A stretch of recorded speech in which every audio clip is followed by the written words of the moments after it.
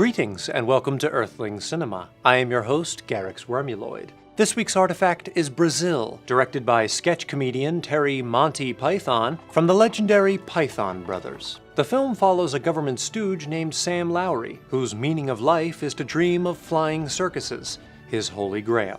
He lives in a strange dystopian version of Earth where the primary technological achievement is the magnifying glass. Due to a bug in the system, the government jails an innocent man named Buttle instead of a terrorist named Tuttle. I mean, I guess the T and B keys are sorta near each other on the human keyboards, but still get it together, guys! While trying to smooth things over with Buttle's widow, Sam encounters her neighbor Jill, who bears a striking resemblance to the female lead from his dreams. Unfortunately, she runs away before he has the chance to creepily leer at her. Also, Sam meets the real Tuttle, an Italian air conditioner repairman with a penchant for Irish goodbyes. In order to more effectively Facebook stalk Jill, Sam accepts a position as the government's social media intern. None of that matters though, because as everyone knows, the best way to find someone is by running into them accidentally at the office. He tries to kidnap his way into Jill's heart. I'll blast your fucking head off! But Jill doesn't go for all that mushy stuff. She doesn't care about flowers or chocolate-covered flowers. She likes guys who get hit by trucks. And she really likes guys who help her fake her own death. Care for a little necrophilia? But their romantic weekend is ruined when Sam is arrested for his necrophilia. He's about to be tortured when suddenly Tuttle and his terrorist friends bungee jump in and rescue the shit out of him. Then everything gets all surreal and dreamlike, what with Tuttle disappearing into a swirl of papers and Sam falling through a coffin into a black chasm of nothingness, etc., etc. This goes on for a while until, surprise, it was all a dream. Sam is still back there being tortured, and the film has gone on so long, it's driven him insane. But hey, at least he still remembers the theme song. Brazil is a parody of 20th century governments, which grew bloated and expensive due to bureaucracy and sugary soda.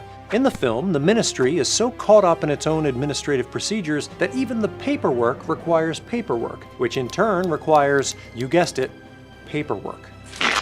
That is your receipt for your husband, and this is my receipt for your receipt. All the ducks everywhere symbolize the inefficiency of the state as well as the glaring need for duct tape, Earth's #1 tape for over 5,000 years. They create a maze of endless routing, just like the labyrinth of government agencies that shuffle petitioners from place to place until they finally just give up and die, like the puny mortals they are. I want to report a wrongful arrest. We want information adjustments, different department. I've been to information adjustments. They sent me here. This inefficiency enables the government to grow unchecked, like a mole on your back, all while sheltering its agents from accountability with metaphorical sunscreen. I only know you got the wrong man. Information transit, got the wrong man. I got the right man.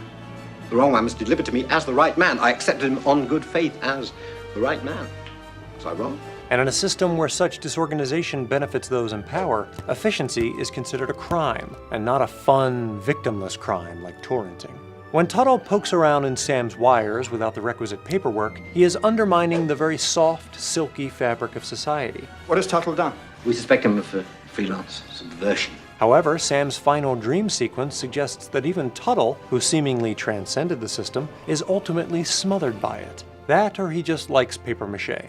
The characters lack any meaningful connection with each other, which is symbolized by their tendency to communicate through barriers and holes instead of neuromelding their brainwaves with iCloud. This alienation erodes their sense of empathy, Bloody typical. grinding it down into a vestigial little nub on the bottom of their souls. At first, Sam exemplifies this behavior. When a bomb explodes in the restaurant, it's only a minor inconvenience to him. But as Sam begins to break free from the system, his empathy increases. At a later bomb explosion, he actually pays attention. Oh my God. And learns to stop and smell the sulfur.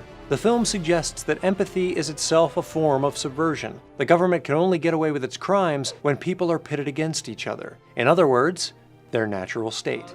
The title of the film and its theme song suggest an exotic place to which one can escape and practice his Portuguese. We interrupt this program to bring you news of a terrorist bombing at the Blue Lagoon Flyer. Characters use fantasy to access this refuge, either through the nostalgia of classic films, or in Sam's case, his reductive messiah complex.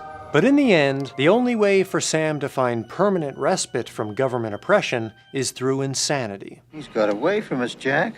He's gone. And that's a plan just crazy enough to work. For Earthling Cinema, I'm Garyx Wormuloid. Ciao.